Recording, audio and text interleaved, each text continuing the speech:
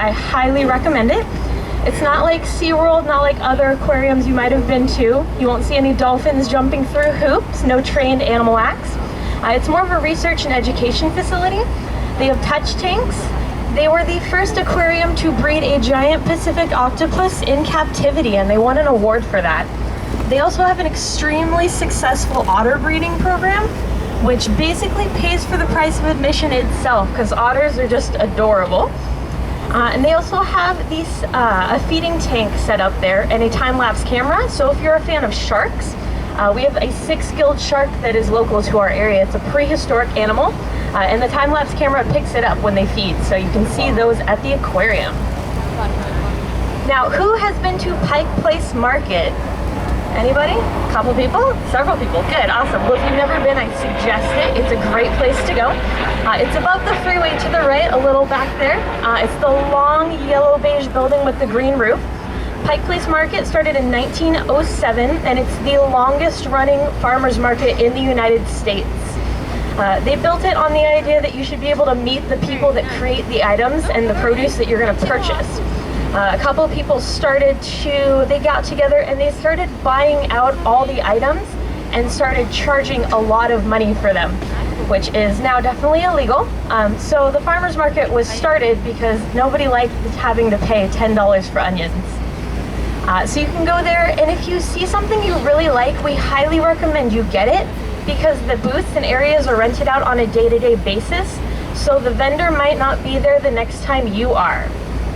There's also the First Starbucks. I'm sure everyone has heard of Starbucks. First Starbucks is in the market. If you're a big fan of Starbucks, I went there a few weeks ago for the first time. They have merchandise you can't get anywhere else. But if you are just looking for coffee, you can literally walk a block in any direction and find another Starbucks. Now, enough about the market. Right to our right, we have this big, beautiful colored building. It's the coral red, yellow, and greenish blue building. This is Seattle's first cruise ship terminal. It was built in 1996 on the Field of Dreams philosophy. Does anybody know what that is?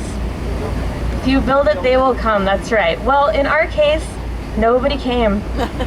No one showed up for 4 years. It was really bad. But in 2000, the Norwegian Jewel was the first ship to come and dock at our port. And since then, we've got a pretty prolific cruise ship company service now.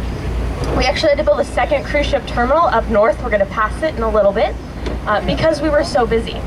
And cruise ships are very vital to our economy. Each cruise ship brings in over $2 million revenue.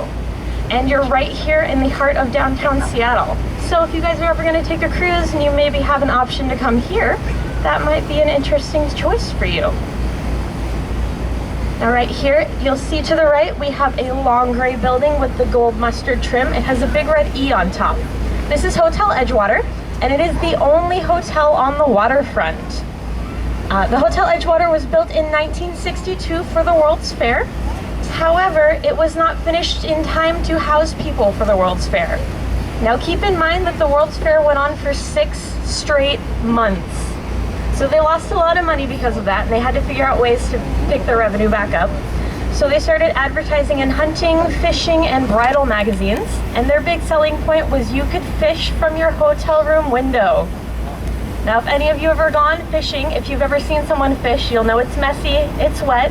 And here in Seattle, we don't have little fish. We have giant 15-pound salmon that are longer than most of you are tall. So it caused a lot of collateral damage. And in the 80s, the practice was banned. Housekeeping did not appreciate it anymore. So you can't do that, unfortunately, but a lot of famous musical acts have stayed there. Led Zeppelin, Ozzy Osbourne, David Bowie, and most notably, the Beatles have all stayed there. There is a room dedicated to the Beatles when they stayed there on their world tour. You can tour it if you're a fan of the Beatles if it's not currently occupied. And this white building I'm going to mention really fast, we're almost past it. This is home to the Victoria Clipper. There's 2 in port a little bit behind us. You can see them. They're the red, white, and blue vessels. This is a high-speed catamaran service that can get you all the way up to Victoria, BC in about 2.5 hours. Now, to give you a little time estimate, it would take us almost 8 hours to get there. So they could literally go up to Canada, come back down here, go back up to Canada, and have lunch before we got there. And now we're passing Pier 70, and this is one of my favorite piers because if you guys have cameras and you want some photo ops, we are getting our most unobstructed view of the Space Needle right now. And guys, we are a very open and relaxed cruise line. You don't have to stay in your seats. You are welcome to get up, walk around the boat, take photos. We do have larger vessels out here though, so they might